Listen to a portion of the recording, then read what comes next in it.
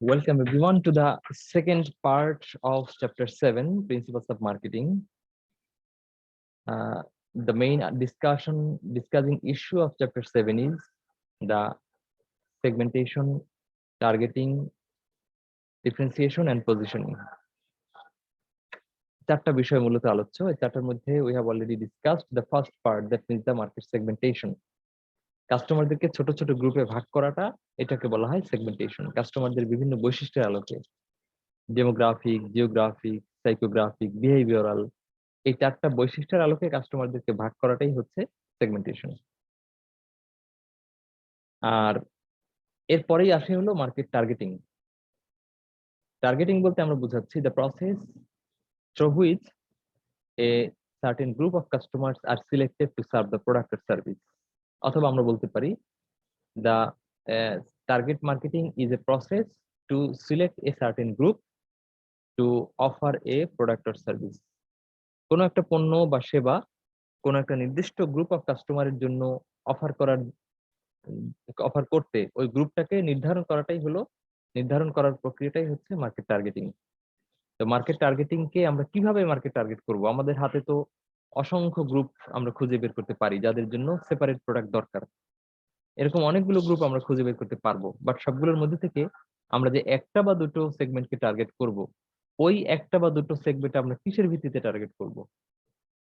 অবশ্যই যেখানে আমাদের লাভ আছে, যেটা আমরা সহজে হ্যান্ডেল করতে পারবো, সেই গ্রুপটাকে টার্গেট করব। সেটা নিয়ে আলোচনা হচ্ছে ইভ্যালুয়েটিং মার্কেট সেগমেন্টস।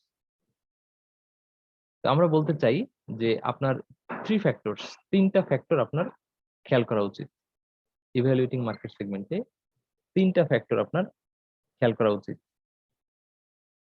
মূল্যায়ন করতে গিয়ে। তার মধ্যে নম্বর 1 হচ্ছে সেগমেন্ট সাইজ এন্ড গ্রোথ, নম্বর 2 হচ্ছে সেগমেন্ট স্ট্রাকচারাল অ্যাট্রাকটিভনেস, নম্বর 3 হচ্ছে কোম্পানি অবজেক্টিভস এন্ড রিসোর্সেস। তো সেগমেন্ট সাইজ হচ্ছে ওই গ্রুপে কাস্টমার পরিমাণ কেমন, আর গ্রোথ হচ্ছে ওই গ্রুপে কাস্টমারের পরিমাণটা দিন দিন বাড়ছে কিনা অথবা কমে যাচ্ছে কিনা। যদি দেখা যায় সেগমেন্টের সাইজটা খুব ছোট এবং সেখানেও কাস্টমার দিন দিন কমে যাচ্ছে, তাহলে সেই গ্রুপটা আমাদের জন্য আকর্ষণীয় না। যেমন বলতে পারি টাইপ রেটের, মানে হাতে টাইপ করা, ম্যানুয়ালি টাইপ করার কাস্টমার সংখ্যা খুব কম এবং সেই সংখ্যাটাও দিন দিন কমে যাচ্ছে। দেন হচ্ছে সেগমেন্ট স্ট্রাকচারাল অ্যাট্রাকটিভনেস, আমরা সেটা বলবো। এবং সর্বশেষ কোম্পানি অবজেক্টিভস এন্ড রিসোর্সেস। তার মানে কোম্পানি যে লক্ষ্য নির্ধারণ করেছে, তারা নারীদের জন্য কাজ করবে বা শিশুদের জন্য কাজ করবে বা গরিবদের জন্য কাজ করবে বা উচ্চ শ্রেণীর জন্য কাজ করবে, সেই অবজেক্টিভের সাথে ম্যাচ করে কোনটা, সেই অনুযায়ী আমাদের সেগমেন্টটা টার্গেট করা এবং কোম্পানির যে পরিমাণ রিসোর্স আছে সেটাকেও কনসিডার করা। তো সাইজ এন্ড গ্রোথের আলোচনা শেষ। দ্বিতীয় আমরা বলছিলাম স্ট্রাকচারাল ফ্যাক্টরস বা স্ট্রাকচারাল অ্যাট্রাকটিভনেস। স্ট্রাকচারাল অ্যাট্রাকটিভনেস এর মধ্যে আমরা কয়েকটা পয়েন্ট বিবেচনা করব। একটা হলো কম্পিটিটরস। ওই গ্রুপে কম্পিটিটরস কি পরিমাণ আছে, যেই গ্রুপের কাস্টমারদের জন্য আমরা প্রোডাক্ট বানাতে চাই, সেই গ্রুপের জন্য আর কয়টা কোম্পানি অলরেডি প্রোডাক্ট বানাচ্ছে বা সার্ভিস দিচ্ছে। যদি অনেক বেশি কম্পিটিটর থাকে তাহলে ওটা আমাদের জন্য অ্যাট্রাকটিভ না। যেমন আমরা বলেছি যে গুঁড়া মশলার কম্পিটিটর অনেক আছে, কিন্তু হুইল চেয়ারের কম্পিটিটর কম। তো তুলনামূলকভাবে হুইল চেয়ারের কাস্টমার সংখ্যা কম হলেও সেখানে কম্পিটিটর কম, ফলে আকর্ষণীয় হওয়ার সম্ভাবনা আছে। নিউ এন্ট্রেন্টস, নতুন যারা ঢুকবে, তারা এই নতুন প্রবেশ, মানে নতুন কোনো কোম্পানি এখানে সহজে ঢুকতে পারবে কিনা। যদি যে কোনো কোম্পানি চাইলেই ঢুকতে পারে, তাহলে আমাদের জন্য এটা অ্যাট্রাকটিভ কম, কারণ আমি লাভ করা শুরু করব, তখন অন্য কোম্পানি ঢুকে আমার লাভে ভাগ বসাবে, অথচ আমার এই মার্কেটটা তৈরি করতে হয়তো অনেক দিন লেগেছে। আর যদি এমন হয় নতুন এন্ট্রেন্স সহজে ঢুকতে পারে না, মার্কেটের যে সিচুয়েশন তাতে নতুন এন্ট্রেন্স চাইলেই ঢুকতে পারে না, তাহলে আপনার জন্য তুলনামূলক আকর্ষণীয় বা স্বস্তি। তৃতীয় হচ্ছে সাবস্টিটিউট প্রোডাক্টস, অর্থাৎ বিকল্প পণ্য কেমন আছে বাজারে। যেমন ওষুধের বিকল্প পণ্য তেমন নাই, ওই নির্দিষ্ট ওষুধ রোগের জন্য ওই ওষুধটাই একমাত্র। আবার খাবারের ক্ষেত্রে বিকল্প অনেক আছে, যেমন জুসের পরিবর্তে ডাবের পানি যেমন আছে, ডাব যেমন আছে, আখের রস আছে, আবার বিভিন্ন ধরনের বেভারেজ আইটেম আছে, যেমন মিল্ক আছে, চকলেট মিল্ক আছে, অন্যান্য ফলের জুস আছে। তো কাস্টমার চাইলে একটা বাদ দিয়ে আরেকটা ইউজ করতে পারে। রিলেটিভ পাওয়ার অফ বায়ার্স, কাস্টমারদের বার্গেনিং ক্ষমতা কেমন? যদি কাস্টমারদের বার্গেনিং পাওয়ার অনেক বেশি থাকে তাহলে সেটা আমাদের জন্য কম আকর্ষণীয়, আর বার্গেনিং পাওয়ার কম থাকলে আমাদের জন্য বেশি আকর্ষণীয়। এবং সর্বশেষ পাওয়ারফুল সাপ্লায়ার্স, সাপ্লায়ারদের বার্গেনিং পাওয়ার কেমন? যারা র মেটেরিয়াল সাপ্লাই দেয় তাদের বার্গেনিং পাওয়ার বেশি হলে কখনো কখনো তাদের হাতে জিম্মি হয়ে যেতে হয়, আর তাদের বার্গেনিং পাওয়ার কম হলে তুলনামূলক ভাবে একজন ব্যবসায়ীর ওই সেগমেন্টটা মানে টার্গেট করাটা তার জন্য আকর্ষণীয়। তো এই ছিল আমাদের ইভ্যালুয়েটিং মার্কেট সেগমেন্ট। আমরা এবার মার্কেট সরি মার্কেট টার্গেটিং এর দ্বিতীয় যে ধাপটা আলোচনা করব সেটা হচ্ছে সিলেক্টিং টার্গেট মার্কেট সেগমেন্ট। মূল্যায়ন শেষ, এখন আপনি সিলেক্ট করবেন। এই সিলেকশনের জন্য আমরা বলবো দেয়ার আর 4 অপশন, 4টা অপশন আপনি যে কোনো একটা সিলেক্ট করতে পারেন। 4টা অপশন হচ্ছে আনডিফারেন্সিয়েটেড মার্কেটিং, যেটাকে আমরা বলি যে ভেরি ব্রডলি, আপনি মানে কোনো ডিফারেন্সিয়েশন না করে, কোনো সেগমেন্ট না করে গণহারে সবাইকে একটা মার্কেট হিসেবে কল্পনা করতে পারেন, সেটাকে আমরা বলছি আনডিফারেন্সিয়েটেড মার্কেটিং। আর একটা করতে পারেন ভেরি ন্যারোলি, একেবারেই খুব বাছাই করা একটা গ্রুপকে, কাছাকাছি ধরনের মানুষ, তার মধ্যে আপনি আলাদা একটা গ্রুপ চিহ্নিত করে তাদের জন্য সেপারেট প্রোডাক্ট তৈরি করলেন, এটাকে বলা হয় মাইক্রো মার্কেটিং। আমরা আলোচনা করব। আর এর বাইরে আরো দুটো গ্রুপ আছে, এই ভেরি ব্রডলি আর ভেরি ন্যারোলির মাঝখানে আবার দুটো আছে, একটা হলো ডিফারেন্সিয়েটেড আর একটা হচ্ছে কনসেন্ট্রেটেড। আমরা আলোচনায় যাচ্ছি, তার আগে আপনাকে একটু দেখিয়ে নিই। এই যে 4টা option, undifferentiated, differentiated, concentrated, micro marketing. Undifferentiated হচ্ছে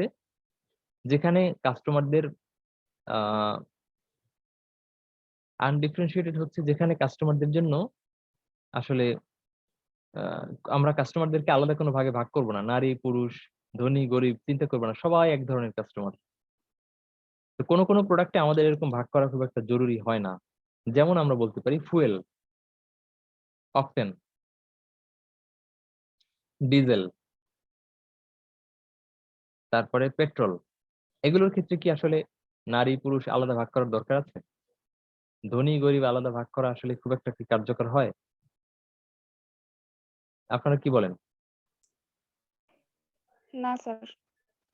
তো আনডিফারেন্সিয়েটেড বলতে আমরা বোঝাচ্ছি যে যেখানে আসলে খুব বেশি আলাদা ভাগ করে লাভ হয় না বা প্রয়োজন হয় না, সবাইকে একটা মার্কেট ধরলেই ব্যবসা করা যায়।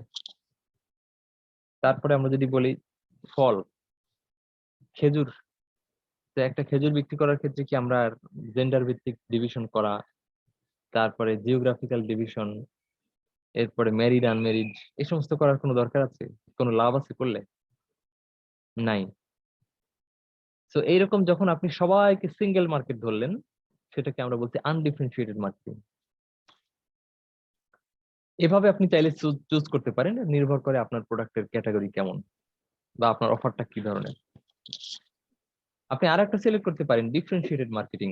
ডিফারেন্সিয়েটেড মানে হলো সেগমেন্টেড, অর্থাৎ কাস্টমারদেরকে বিভিন্ন গ্রুপে ভাগ করে তাদের মধ্যে যে কোনো একটা বা দুটো গ্রুপকে টার্গেট করলেন, যেটা আমরা এতক্ষণ আলোচনা করেছি, সেটাই হচ্ছে ডিফারেন্সিয়েটেড মার্কেটিং। আপনি ওভাবেও সেগমেন্ট করতে পারেন। স্যার এইটা কি ভেরি ন্যারোলি যে না না, বলছেন ভেরি ন্যারোলি ওইটা? হচ্ছে লাস্টে, এই যে মাইক্রো। ওকে। আচ্ছা, তৃতীয় হচ্ছে কনসেন্ট্রেটেড মার্কেটিং। কনসেন্ট্রেটেড, এটার আরেকটা নাম হচ্ছে নিচ। নিচ শব্দের অর্থ কি জানেন? এটা আরো একটা শব্দ আমরা দেখি, নিশি। তো এটাকে আমরা বলছি স্পেশালাইজড সেগমেন্ট। এই হচ্ছে নিশ, নিশ মার্কেটিং। নিশ, নিশ। ঠিক আছে।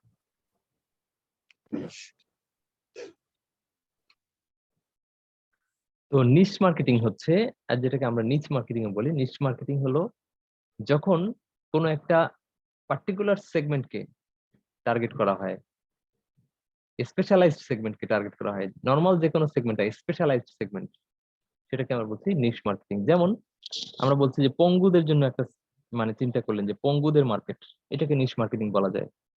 অথবা ডায়াবেটিস রোগীদের মার্কেট, এটাকে নিশ মার্কেটিং বলা যায়।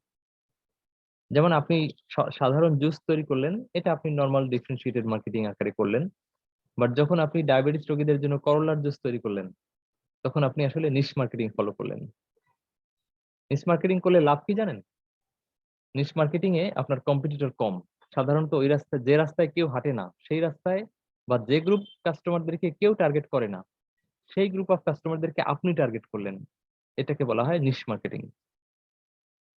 এই যে বললাম পঙ্গুদের জন্য, ডায়াবেটিস রোগীদের জন্য, তারপরে প্যাম্পার্স এর অনেকগুলো প্যাম্পার্স আছে না বাজারে? প্যাম্পার্স ঠিক না, ডায়াপার।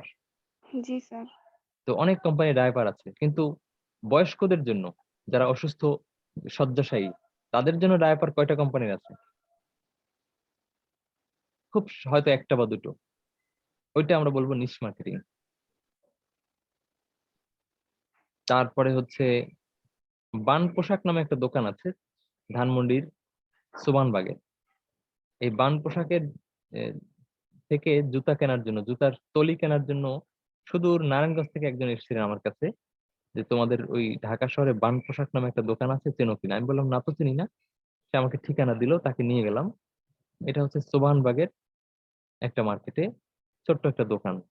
কি বিক্রি করে তারা? তারা বিক্রি করে যাদের হাঁটতে সমস্যা হয়, বিশেষ করে পায়ের গোড়ালিতে হাড় বেড়ে গেছে, তো তাদের জন্য তারা জুতার ভেতরে একটা সিলিকনের একটা দিয়ে দেয়, যেটার উপরে পা দিলে তাদের এই কষ্টটা কম হয়।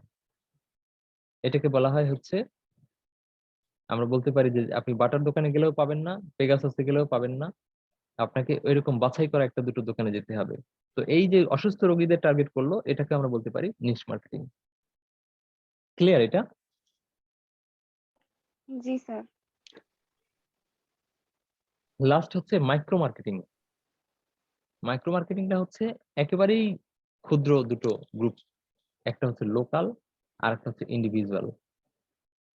লোকাল মার্কেটিং আর ইন্ডিভিজুয়াল মার্কেটিং। তো লোকালের মধ্যে আমরা দেখাতে পারি যে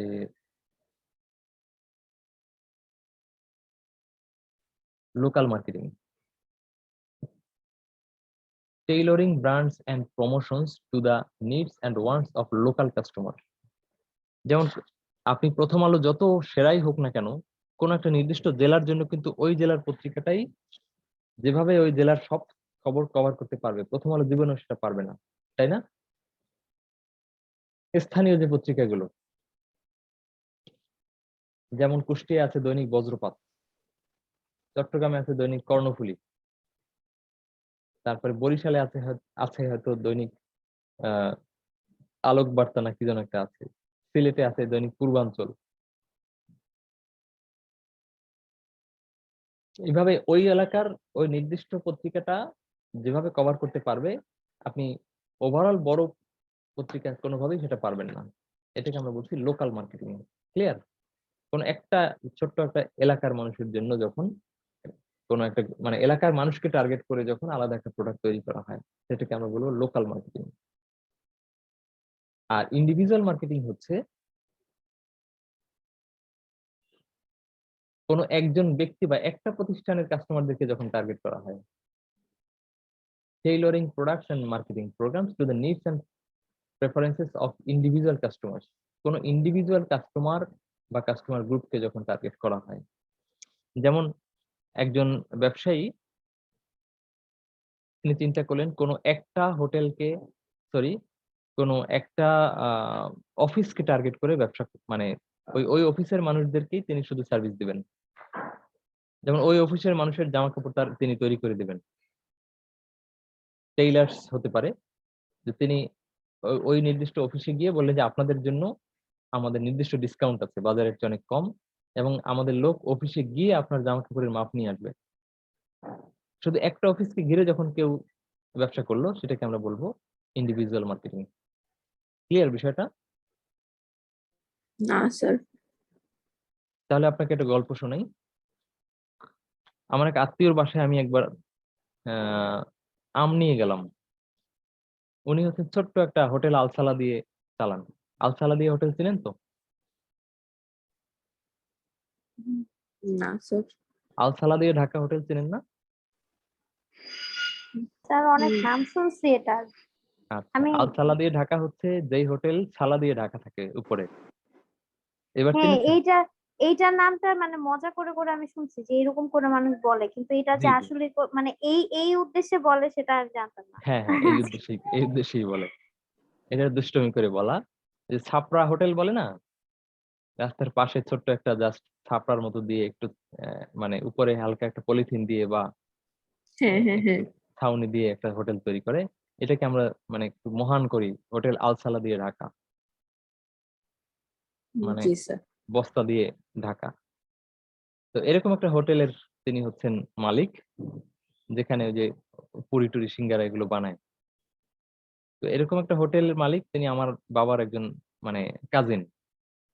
আমি তার কাছে গেলাম, আমার বাবা পাঠালেন যে আম নিয়ে যাও। তো আম নিয়ে যাওয়ার পরে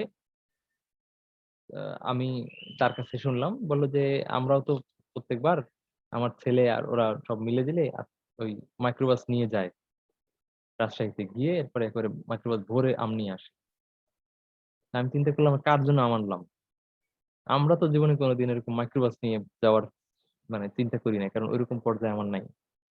উনি এই হোটেলের মালিক মাইক্রোবাস ভরে গিয়ে আম নিয়ে আসেন, দারুণ তো।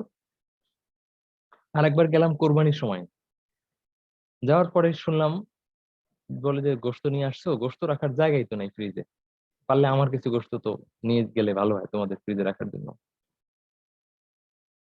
তো ওনার হোটেল দেখলে মনে হবে উনি সম্ভবত 2 বেলা খান, 1 বেলা খান না, অথবা 1 বেলা খান বাকি 2 বেলা না খেয়ে থাকেন, কোন রকম হয়তো টেনে টুনে তার বাসা মানে চলে আর কি। তো উল্টো তিনি আমাকে বললেন যে বাসাটা ছোট হয়ে গেছে, ভাড়া দেই 15,000 টাকা, আর একটু বড় বাসা খুঁজতেছি। তা আমার মাথায় ধরতেছিল না যে উনি আসলে কিসের ভিত্তিতে, মানে ওনার ইনকামের সোর্সটা কোথায়, আজ থেকে আরো 15 বছর আগের কথা। তো ওই সময় 15,000 টাকা বাসা ভাড়া দিয়ে থাকা এই হোটেলে ওনার তো আরো কিছু আছে বোধহয়। আমি বিভিন্নভাবে খুঁটে খুঁটে তাদের জিজ্ঞেস করতেছিলাম। পরে আমি যেটা জানলাম যে উনি পার্শ্ববর্তী একটা ইসে গার্মেন্টস, একটা না দুটো গার্মেন্টসে, ওই গার্মেন্টস এর শ্রমিকদেরকে তিনি নাস্তা সরবরাহ করেন। একটা গার্মেন্টস এর শ্রমিক সংখ্যা হচ্ছে 1200, আর একটা হচ্ছে 1500। সকালে এবং বিকেলে নাস্তাটা সরবরাহ করেন। তাহলে 1200 যেখানে, সেখানে যদি পার প্যাকেট নাস্তার জন্য তিনি 50 পয়সা করে লাভ করেন, তাহলে বলেন তো সকালে এবং বিকেলে কত টাকা লাভ হবে তার একটা রেস্টুরেন্টে যেখানে 1200 আছে, সরি একটা গার্মেন্টসে।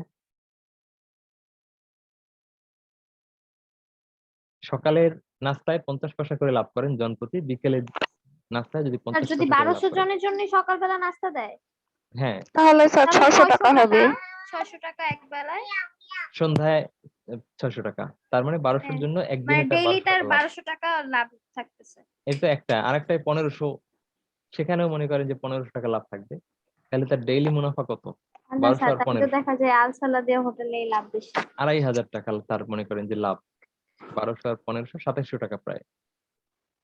তাহলে ডেইলি যদি 2700 হয়, এই গার্মেন্টস তো বন্ধ থাকে না সপ্তাহে, ওটা শিফটিং ডিউটি থাকে বাট বন্ধ থাকে না।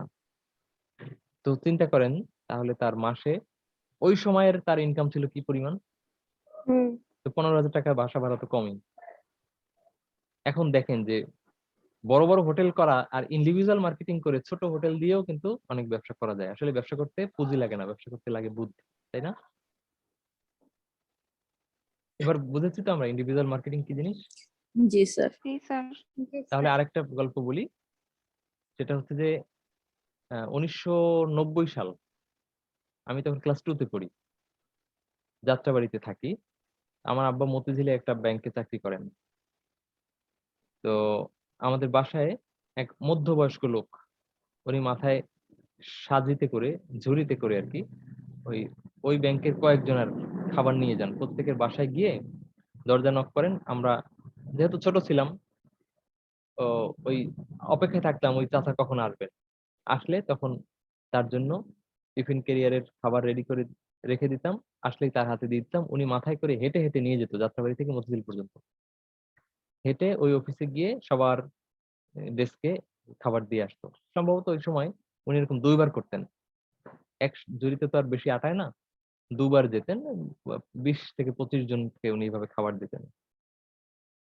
সেই লোক আজও বেঁচে আছেন এবং তিনি এখন ওই ব্যবসা করেই ঢাকা শহরের বাড়িওয়ালা। বিশ্বাস করবেন কিভাবে? তিনি এখন ওই যে গ্যান্ডারিয়ার ওখানে তার বাড়ি আছে এবং তিনি এখন সেম বিজনেস করছেন। তবে এখন আর তিনি বাসায় বাসায় গিয়ে খাবার কালেক্ট করেন না, নিজেই বাসায় খাবার রান্না করেন এবং ওই মতিঝিলের 2টা বা 3টা অফিস টার্গেট করেন যেখানে প্রায় 200 বা 300 লোক আছে।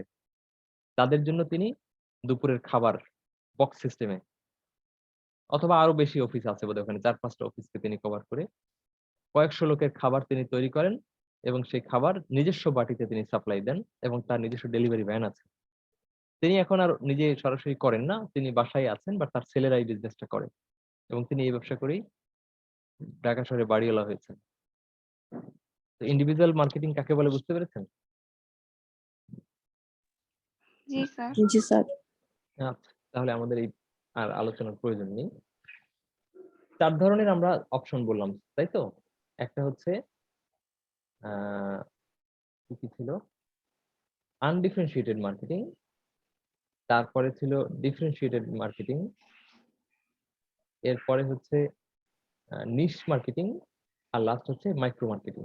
If you have any question on this 4 topics, any of these 4 topics, or segmentation base or targeting system, you may ask. দেখেন, বাম পাশে হচ্ছে ব্রডলি আর ডান পাশে হচ্ছে ন্যারোলি, আর মাঝে হচ্ছে এই দুটো। Any question?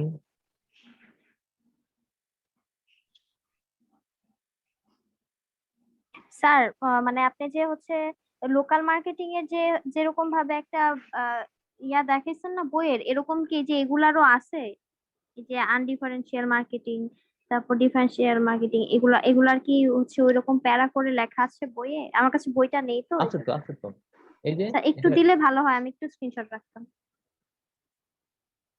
এই যে দেখেন, আনডিফারেন্সিয়েটেড মার্কেটিং তো এই, তারপরে ডিফারেন্সিয়েটেড মার্কেটিং তো স্যার এটা। স্যার স্যার একটু স্লো, আমি একটু স্ক্রিনশট নিয়ে নিই। হুম, জি স্যার, হয়েছে। এখন ডিফারেন্সিয়েট। এটা হলো ডিফারেন্সিয়েটেড মার্কেটিং। জি স্যার, ডিফারেন্সিয়েটেড নিয়েছি স্যার। মার্কেটিং এ আপনার বাকি অংশ হচ্ছে এখানে। জি স্যার। এই। আর কনসেন্ট্রেটেড মার্কেটিং বা নিশ মার্কেটিং হচ্ছে এটা। জি স্যার, ওকে। আর লাস্ট আমরা বললামই হচ্ছে ইন্ডিভিজুয়াল আর লোকাল মার্কেটিং। হুম হুম। মাইক্রো মার্কেটিং এর লোকাল বললাম ছোট্ট একটা এরিয়ার জন্য, আর ইন্ডিভিজুয়াল কোনো একজন ব্যক্তির জন্য, বা যেমন খালেদা জিয়ার যিনি ডাক্তার বা শেখ হাসিনার যিনি ডাক্তার, মনে করেন তিনি অন্য কোনো রোগী দেখার তো বোধহয় সুযোগ পান না বলে আমাদের মনে হয়, সবসময় তার সাথে থাকতে হয় এনি টাইম এই করার জন্য, তিনি ওই জন্যই হয়তো বেতন পান। তো ওনার ওনার টার্গেটিংটা হচ্ছে ইন্ডিভিজুয়াল মার্কেটিং, একজন কাস্টমার। স্যার লোকাল আর ইন্ডিভিজুয়াল মার্কেটিংটা হচ্ছে কি মাইক্রো মার্কেটিং এর ক্লাসিফিকেশন। রাইট। Okay sir. তো গেল আমাদের ওইটা। এরপরে আমরা আরেকটা নেক্সট আলোচনা যেটা করব সেটা হচ্ছে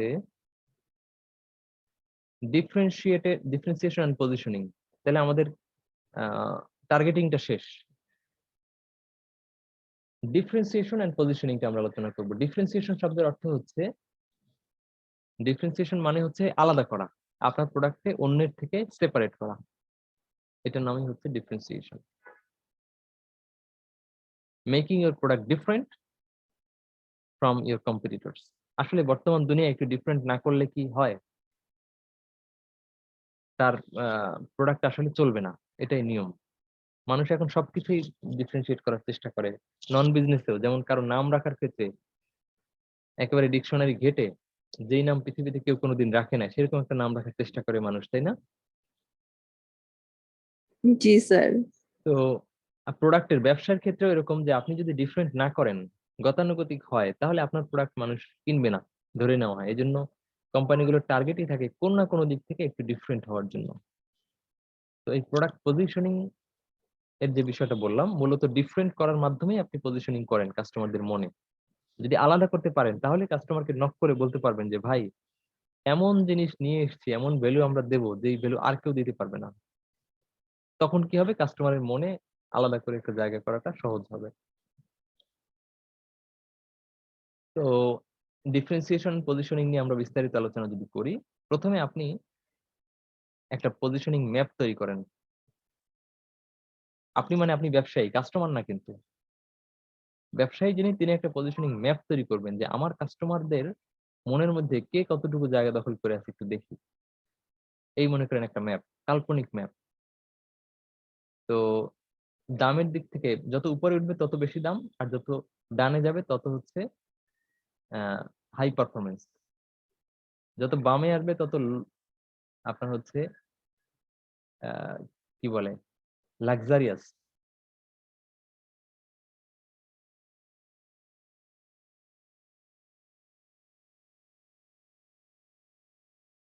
আর যত ডানে আসবে তত পারফরমেন্স। দুটো ভিন্ন জিনিস, লাক্সারিয়াস বিলাসী, আর পারফরমেন্স হচ্ছে যে কাজ খুব ভালো করবে। আর যত প্রাইসের দিক থেকে যত নিচে নামবে তত কম দামি, যত উপরে উঠবে তত বেশি দামি। তো এইটা একটা গ্রুপ কাস্টমার, যারা মানে কোন একটা কোম্পানি যারা দামে অনেক বেশি এবং লাক্সারিয়াসনেসে অনেক হাই, সেরকম একটা প্রোডাক্ট নিয়ে কাস্টমারের মনে এতটুকু জায়গা দখল করেছে। আর এই পাশে যাকে দেখতে পাচ্ছি, সে দামে অনেক হাই, লাক্সারিয়াস কম, কিন্তু পারফরমেন্স অনেক ভালো। এভাবে সে কাস্টমারের মনে জায়গা দখল করেছে।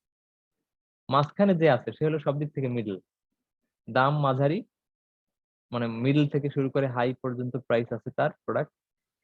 আর লাক্সারিয়াসনেস 50-50 এবং পারফরমেন্সও 50-50।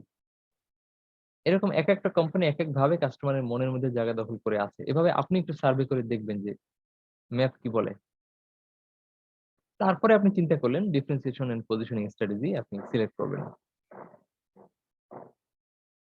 তো সেক্ষেত্রে আমি একটা আলোচনা করি শেষ করব, সেটা হচ্ছে, না, এটাকে আরো একটু আলোচনা করতে হবে। প্রথম হচ্ছে choosing the right competitive advantage. আমরা এখান থেকে শুরু করি। প্রথম হচ্ছে identifying possible value differences and competitive advantage. Identifying possible value differences, আপনি প্রথমে আইডেন্টিফাই করবেন যে আপনি কি কারণে অন্যদের থেকে আলাদা, কি দিতে স্যার এটা পেরেছেন। কি চুজিং ডিফারেন্সিয়েট এবং জি জি, পজিশনিং স্ট্র্যাটেজি, স্ট্র্যাটেজি হ্যাঁ। এটা আমরা এটা পার্ট। হ্যাঁ, আমরা প্রথমে ম্যাপ করলাম, ম্যাপ করার পরে আমরা এবার কৌশল নির্ধারণ করব। তো কৌশল নির্ধারণ করার ক্ষেত্রে আমরা প্রথম পয়েন্টেই যেটা করব সেটা হচ্ছে আইডেন্টিফাইং পসিবল ভ্যালু ডিফারেন্সেস। আপনি কত ভিন্ন কিছু দিতে পারবেন, বা আপনারটাই মনে করেন যে ভিন্ন কি হচ্ছে, কতটুকু হচ্ছে। মনে করেন আপনি একটা হাসপাতাল, তো অন্য হাসপাতালের চেয়ে আপনি আসলে বাড়তি বা ব্যতিক্রমী কি দিতে পারবেন, সেটা আপনি খুঁজে বের করেন। আর একটা হচ্ছে কম্পিটিটিভ অ্যাডভান্টেজ, তুলনামূলক কোনো অ্যাডভান্টেজ আপনি আপনার আছে কিনা। অ্যাডভান্টেজ আছে, মনে করেন যে আপনার নদীর পাশে, যদি আপনি নদীর পাশে একটা হাসপাতাল হয় তাহলে আপনার জন্য একটা অ্যাডভান্টেজ হচ্ছে যে কাস্টমাররা বা আপনার পেশেন্টরা নৌপথে আসতে পারবে। এটা আপনার একটা দারুণ অ্যাডভান্টেজ, যেটা অন্য অন্য হাসপাতালের নাই। স্কয়ার হাসপাতাল যত হাই কোয়ালিটি সার্ভিস দিক না কেন, তারা কিন্তু নদীর পারে না। বাট আপনার একটা অ্যাডভান্টেজ হচ্ছে আপনি নদীর পাড়ে হাসপাতালটা। এইভাবে আপনার নিজস্ব কোনো অ্যাডভান্টেজ আছে কিনা সেটা খুঁজে বের করেন। আবার মনে করেন আপনি আহ ইসে আছেন, উত্তরবঙ্গে আছেন, আপনার কোম্পানিটা উত্তরবঙ্গে, ওখানে কিন্তু শ্রমিক কম, সরি, শ্রমিকের মজুরি কম। তো কম মজুরির শ্রমিক পাচ্ছেন বলে আপনি কম খরচে প্রোডাক্ট উৎপাদন করতে পারছেন। এটা আপনার একটা অ্যাডভান্টেজ, যেটা অন্য কোম্পানিগুলো ঢাকা বসে পারে না। এভাবে আপনার নিজস্ব কোনো অ্যাডভান্টেজ আছে কিনা সেটা আপনি খুঁজে বের করেন। তো আইডেন্টিফাইং পসিবল ভ্যালু ডিফারেন্স, কোন দিক থেকে আপনি ডিফারেন্ট অন্যদের চেয়ে, আর কম্পিটিটিভ অ্যাডভান্টেজ আপনার কোনো আছে কিনা সেটা আপনি খুঁজে বের করেন। কাস্টমারের মনে যে জায়গা দখল করবেন, সেক্ষেত্রে আপনার সম্পত্তি কি সেটা আগে খুঁজে বের করব, যে আমরা ডিফারেন্স কি আছে আমাদের হাতে, আর কম্পিটিটিভ অ্যাডভান্টেজ আমাদের কোন কোন পয়েন্টে আছে। এটা ক্লিয়ার? জি স্যার। দ্বিতীয় হচ্ছে choosing the right competitive advantage. Competitive advantage অনেক থাকতে পারে, কিন্তু যেটা আসলে আপনার কাস্টমার টানতে কাজে লাগবে সেটাকে আমরা বলছি রাইট কম্পিটিটিভ অ্যাডভান্টেজ। মনে হয় যেন আমার এটাও কম্পিটিটিভ অ্যাডভান্টেজ, কিন্তু আসলে সেটা সঠিক কিনা আপনাকে খুঁজে বের করতে হবে। তো এই প্রশ্নের জবাবে, চুজিং দ্য রাইট কম্পিটিটিভ অ্যাডভান্টেজের জবাবে আমরা আপনাকে কয়েকটা অপশন বলছি। প্রথমত, how many differences to promote. আমরা কয়টা ডিফারেন্স কাস্টমারের সামনে তুলে ধরবো? আমাদের অনেক ডিফারেন্স আছে। যেমন আমাদের বিআইইউ তে যদি আসেন, সন্ধ্যার সময় এখানে জোনাকি দেখা যায়। বিআইইউর ক্যাম্পাসে তো আপনারা যান নাই। আমরা ওই স্যার মানে ওটা তো হলো ভর্তি হতে যাওয়া, এরপরে তো আর খুব একটা যাওয়া হয় না। স্যার এরপরেও আমার 2-3 বার যাওয়া হয়েছে হচ্ছে আচ্ছা। ইয়ার জন্য, যে লাইব্রেরি থেকে বই আনার জন্য আচ্ছা। 2-3 বার গেছি। আর যারা আগের স্টুডেন্ট তারা তো প্রতিদিন যেতে হয়েছে। তো আমরা যখন সন্ধ্যার সময় বের হতাম, যেমন কনভোকেশনের সময় আমাদেরকে সন্ধ্যায় পরেও কিছু কাজ টাজ করে বের হতে হতো, তখন দেখতাম যে পুরো এলাকা জুড়ে জোনাকিতে ভরা। দারুণ লাগতো জোনাকির আলো, মন থেকে গানও চলে আসতো। এখন প্রশ্ন হচ্ছে যে এই জোনাকির যে আলাদা একটা বিষয় আছে, সেটা কি আপনি অ্যাডভার্টাইজে উল্লেখ করবেন যে বাংলাদেশ ইসলামী বিশ্ববিদ্যালয়, এখানে সন্ধ্যাবেলায় জোনাকি দেখা যায়? এটা বলার সুযোগ আছে? না স্যার। কারণ মানুষ ইউনিভার্সিটিতে জোনাকি দেখতে ভর্তি হয় না, তাই না? জি স্যার। পড়াশোনার জন্য ভর্তি হয়। তো জি আপনি স্যার। ঠিক কোন ডিফারেন্সটা প্রমোট করবেন, জোনাকির কথা বলবেন কিনা, এটা আপনাকে ঠিক করতে হবে যে আমাদের 5টা-7টা থাকলেও কোনটা আমরা বলবো। Which differences to promote. ও প্রথমটা হচ্ছে কয়টা ডিফারেন্স বলবো আমরা, হাউ মেনি। কারণ অনেকগুলো বললে কাস্টমার অনেক সময় মনে করে কি সব ভুয়া, এতগুলো কেউ দিতে পারে নাকি, দামেও কম দিবে, সস্তা দিবে, এই দিবে সেই দিবে। আপনি একটাকে ফোকাস করেন বা দুটোকে করেন, কয়টাকে করবেন সেটা চিন্তা করেন। দ্বিতীয় হচ্ছে হুইচ ডিফারেন্স, এর মধ্যে কোনটাকে করবেন যেটা কাস্টমার বেশি অ্যাট্রাক্ট করবে। ভালো পড়াশোনার কথা আগে বলবেন নাকি কম টাকার কথা আগে বলবেন, এটা নির্ভর করে, মানে এটা আপনাকে চিন্তা করে বের করতে হবে। তো সেই ক্ষেত্রে আমরা আপনাকে কয়েকটা মানদণ্ড দিচ্ছি, সেটা কাস্টমারের কাছে ইম্পর্টেন্ট কিনা, সেই ডিফারেন্সটা আসলেই কাস্টমারের কাছে ডিফারেন্স মনে হয় কিনা, সেটা আসলে অন্যদের চেয়ে মানে সুপেরিয়র বাড়তি কিছু দেয় কিনা, সেটা কমিউনিকেবল, সেই ডিফারেন্সটা কাস্টমারকে বুঝিয়ে বলা যায় কিনা। তারপরে প্রিএমটিভ, সেটা এমন ডিফারেন্স কিনা যে অন্য কেউ চাইলেই তৈরি করতে পারে না। অ্যাফোর্ডেবল, সেটা এমন কোনো ডিফারেন্স কিনা যেটা কম পয়সায় বা সাধ্যের মধ্যেই সেটা কেনা সম্ভব। আপনি যে ডিফারেন্সটা দিতে চান কাস্টমারদের জন্য সেটা লাভজনক কিনা, বা আপনার নিজের জন্য সেই ডিফারেন্সটা দিতে যে খরচ পড়বে, তো ওই টাকা দিয়ে আপনি সেটা দিয়ে পারবেন কিনা, এই সমস্ত বিষয় চিন্তা করেই আপনার ডিফারেন্সটা সিলেক্ট করতে হবে। আচ্ছা, আপনাদের কি এখন ক্লাস আছে? না স্যার। 11:30টায়? আচ্ছা, তাহলে এখানে 4টা পয়েন্ট আমি আলোচনা করে আমার ক্লাস শেষ করে দেবো। Selecting and overall positioning strategy. এই যে ম্যাপটা দেখতে পাচ্ছেন, এটাই আমাদের আজকে লাস্ট ডিসকাশন টপিক। তামান্না কি আছেন আমাদের সাথে? তামান্না, জি স্যার। জি স্যার আছে। মেহেরুন নাহার, অনন্যা, জি স্যার আছে। নিশা তো আছেন নিশ্চয়ই। নিশাদ আছেন? জি স্যার তো আছি সরি আচ্ছা, আমার ফোনটা লক হয়ে যায় তো আনমিউট করতে একটু ঠিক টাইম আছে, লাগে। সমস্যা নেই। আমি জাস্ট মানে অধৈর্য হয়ে চলে গেলেন কিনা একটু খোঁজ নিচ্ছি। না স্যার। তো আমরা এই মানে সম্ভাব্য 5টা মধ্যে যে কোনো একটা আপনি পজিশনিং এর জন্য চুজ করতে পারেন। সেই 5টার ছোট্ট করে ব্যাখ্যা দিচ্ছি। দারুণ 5টা জিনিস। নাম্বার 1 হচ্ছে মোর ফর মোর। আমরা এটা আগে না বলি, আগে বলি হচ্ছে এখান থেকে সিরিয়াল অনুযায়ী বলি। হ্যাঁ, মোর ফর মোর আগে বলা যায়। মোর ফর মোর মানে হচ্ছে যে আমরা নেবো বেশি, দেবো বেশি। টাকা নেবো একেবারে পকেট কেটে, আবার দেবো এমন জিনিস যে আপনি খুশি হয়ে যাবেন। কাস্টমার সবাই আমাদেরকে এইভাবে চিনবে যে ওদের দামটা বেশি বাট জিনিসটা এত দারুণ যে তখন আর ওই দামে মানে আর মন খারাপ হয় না। এরকম একটা উদাহরণ দেন তো, কোন ব্র্যান্ড এরকম পজিশনিং করেছে? Sir Realme. রিয়েলমির দাম কি অনেক হাই? না স্যার, দাম একটু কম, কিন্তু মানে ওই দাম তুলনায় পারফরমেন্স অনেক ভালো স্যার। না না, আমরা এখানে বলছি দামটাও সেরকম, আবার জিনিসটাও সেরকম। স্যার তাহলে আইফোন। IPhone, yes. আইফোন দামটা যেরকম, ফ্যাসিলিটি সেরকম। আর কারো কাছে কোনো উদাহরণ?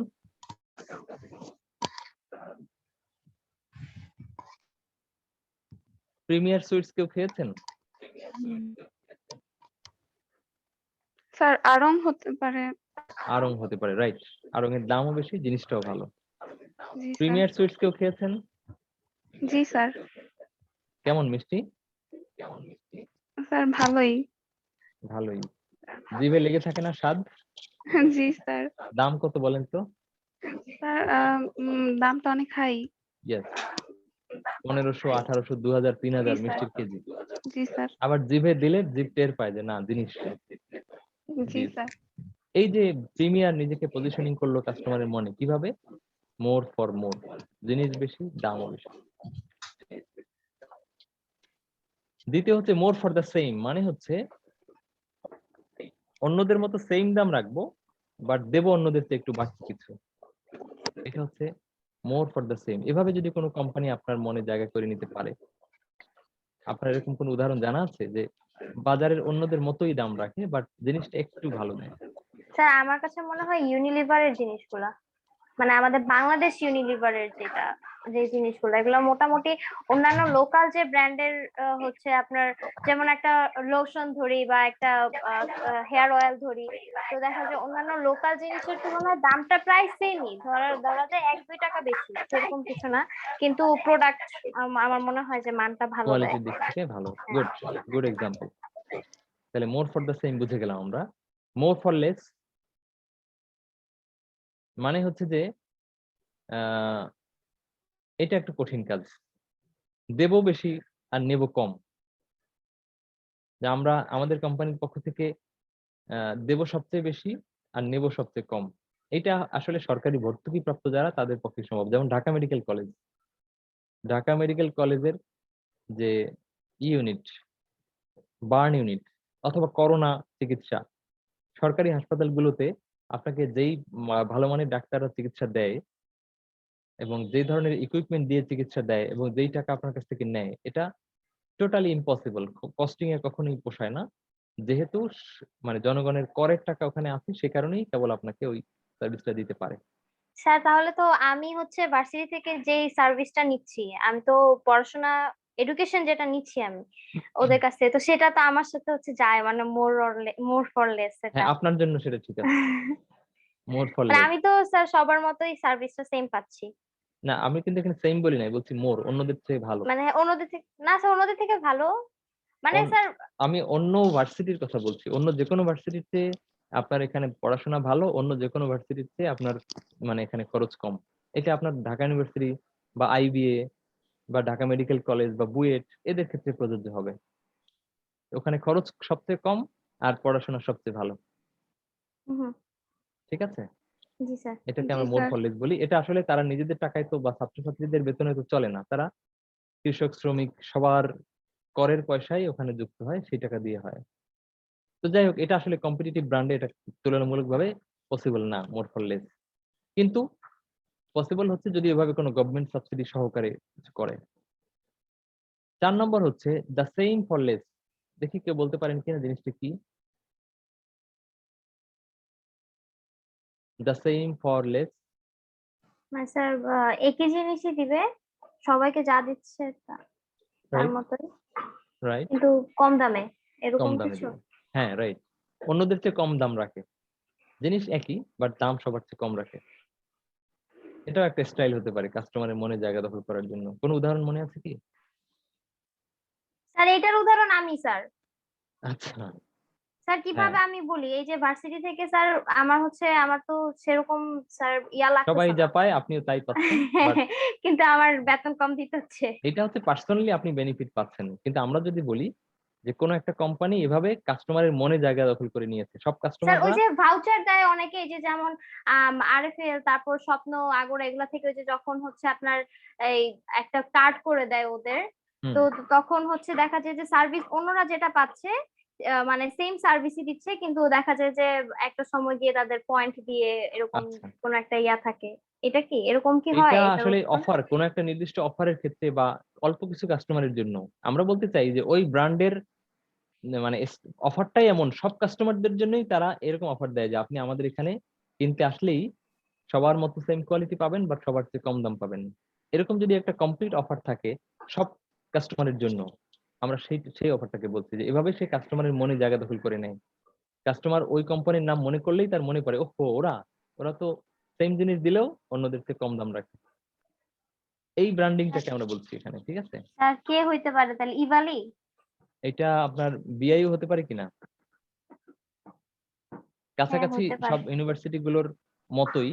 আমরা 100% সেরা বলবো না, বাট অন্যান্য ইউনিভার্সিটির মতো কোয়ালিটি, মানে এই মানের যে ইউনিভার্সিটি গুলো, বাট টিউশন ফি অন্যদের চেয়ে তুলনামূলক কম। এটা আমরা মানে আপনাদেরকে মানতে বাধ্য করছি না, বলছি যে এটা চাইলে বিবেচনা করতে পারেন। জি অথবা স্যার। এরকম যদি অন্য কোনো আপনার জানা থাকে যে ওদের কোয়ালিটি অন্যদের মতোই, বাট সবার চেয়ে তারা একটু কম নেয়।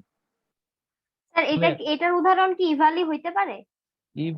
ইভ্যালিটা আসলে একটা বিজনেসের মধ্যে, মডেলের মধ্যে পড়ে না, কারণ এরা ওই ডেস্টিনির মতো এরা খুব শীঘ্রই ধরা খাবে। এরা স্বচ্ছ বিজনেস করে না। এটা মার্কেটে একটা তারা সাড়া দিয়েছে এবং তারা মার্কেট থেকে খুব দ্রুত পড়ে যাবে। এটা মেইন স্ট্রিমের কোনো বিজনেস না। এটা মানুষের পকেট থেকে টাকা হাতানোর একটা অবস্থা। খুব এখনই অলরেডি অভিযোগ আসা শুরু করে দিয়েছে যে দিনের পর দিন মানুষ করছে, কিন্তু পাচ্ছে না, মানে অপেক্ষা করছে, জি স্যার, জিনিস পাচ্ছে না। অনেকের 6 মান্থস তো টাইম লাগে। হ্যাঁ, হ্যাঁ। যাই হোক, সেম ফর লেসের আরেকটা উদাহরণ হতে পারে সেম ফর লেস। আচ্ছা, যাই হোক, আপনারা স্মরণ করবেন, লাস্ট ওয়ান হচ্ছে লেস ফর মাসলেস।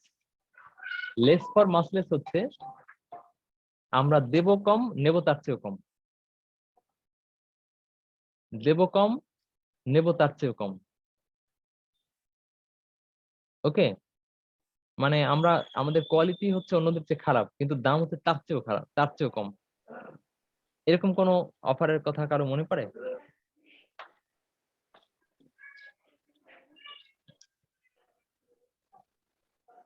আই থিংক ওই যে বাজারে খোলা মশলা, খোলা তেল, এগুলি ওদের মান এমনিও খারাপ, এমনি আর দামও কমই থাকে।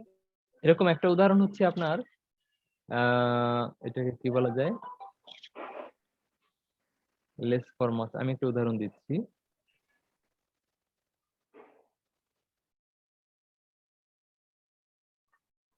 ঢাকা ফটোগ্রাফার্স। ঢাকা ফটোগ্রাফার্স এটা হচ্ছে নীলক্ষেতে একটা দোকান আছে। আমরা যখন ছবি ধোলাই করতাম তখন আমাদের নিউ মার্কেটে ছবি ধোলাই করতে আমাদের কাছ থেকে নিত 6 টাকা বা 7 টাকা। আর নীলক্ষেতে ওই দোকান থেকে ছবি ধোলাই করলে তখন তো আর এরকম ছবি থেকে ছবি প্রিন্ট করা যেত না, তখন হচ্ছে স্টুডিওর ছবি আপনার ওয়াশ করে দিত। তো ওখানে পার ছবি হচ্ছে 2 টাকা করে ধোলাই করতো, কিন্তু ছবির কোয়ালিটিটা নিউ মার্কেটের মতো তো ঝকমকে হতো না। এই জন্য আমাদের সময় ঢাকা বিশ্ববিদ্যালয়ের এমন কোনো ছাত্র নাই যে ঢাকা ফটোগ্রাফার্স এর দোকান চেনে না। এবং দোকানটা অনেক ভেতরে, একেবারে ঘিঞ্জির মধ্যে, নীলক্ষেতের অনেক ভেতরে ঢুকে, যেখানে আশপাশের দোকানে কোনো কাস্টমার নাই, কিন্তু ওখানে ভিড় করা কাস্টমার থাকতো সবসময়। টাকা কম, আরো কম।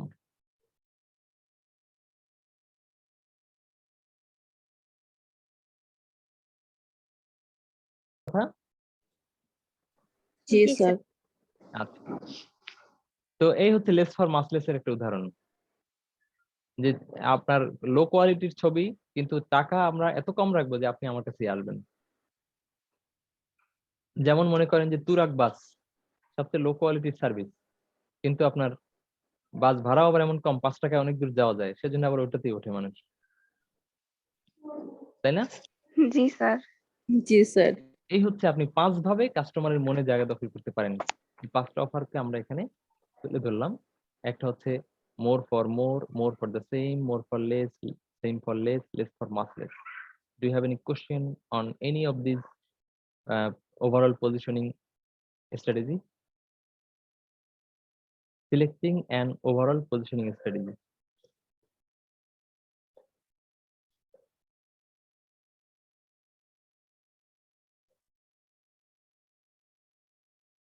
নাই, কার কোনো কোশ্চেন নেই?